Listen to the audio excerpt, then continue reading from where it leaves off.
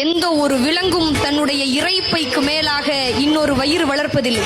எங்கேனும் தொப்பை கிளியோ தொப்பை முயலோ பார்த்ததுண்டா? விலங்குகளுக்கு சர்க்கரை வியாதி இல்லை தெரியுமோ? இன்னொன்று, பறவைகளுக்கு வேர்ப்பதில்லை. எந்த பறவையும் கூடு கட்டி வாடகைக்கு விடுவதில்லை. எந்த விலங்கும் தேவையற்ற நிலம் திருடுவதில்லை. கவனி மனிதனே, கூட்டு வாழ்க்கை இன்னும் குலையாதிருப்பது காட்டுக்குள் மட்டும்தான்.